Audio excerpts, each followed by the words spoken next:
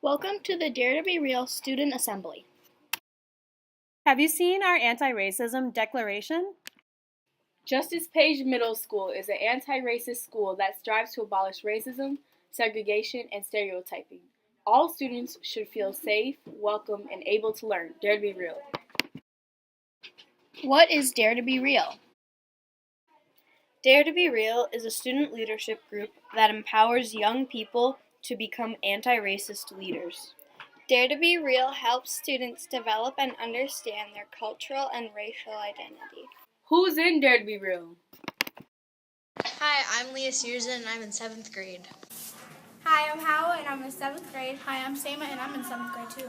Jessica and I'm in 7th grade and I'm proud to be in Dare to Be Real.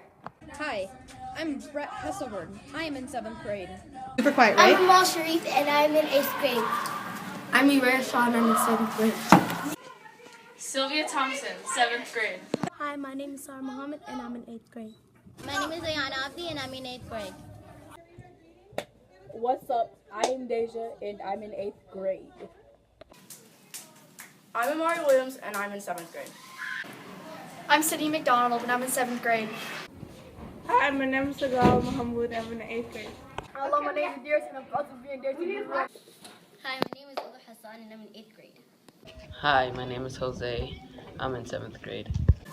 I'm Najma and I'm in 8th grade. I'm Beatrice Healy and I'm in 7th grade. This year, Dare to Be Real students wanted to do something about racial slurs we hear at our school. What is a racial slur? A racial slur is a derogatory or disrespectful nickname for a racial group used as an insult. Examples of racial slurs we hear at Justice Page School are savage, nigger, and terrorist. Did you know the word savage can be considered a racial slur? Okay, so colonizing men started singing a song that was like this. What can you expect from filthy little heathens? Here's what you get when the races are diverse. Their skin's a hellish red. They're only good when they're dead. There are vermin, as I said, and worse, there are savages. Savages barely even humans. Savages drive them from our shore. They're not looking for me, which means they must be evil. We sound like the drums of war. They're savages, savages. So that was saying at Native Americans.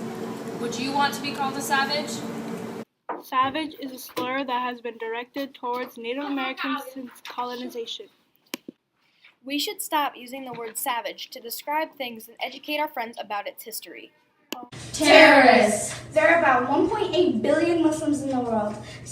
That's a fifth of the world. Saying that all Muslims are terrorists is incredibly ignorant and illogical.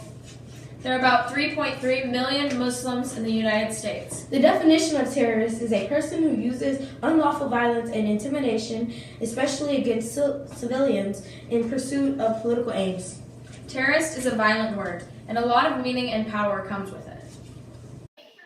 Calling a Muslim person a terrorist is offensive. In fact, it makes more statistical sense to call a Muslim a peacemaker. 5 out of the past 12 Nobel Peace Prize winners, 42%, have been Muslims. Only 0.0009% of Muslims have carried out terrorism. Do not use terrorist as a racial slur. Now presenting Mr. Kennedy to address our last racial slur.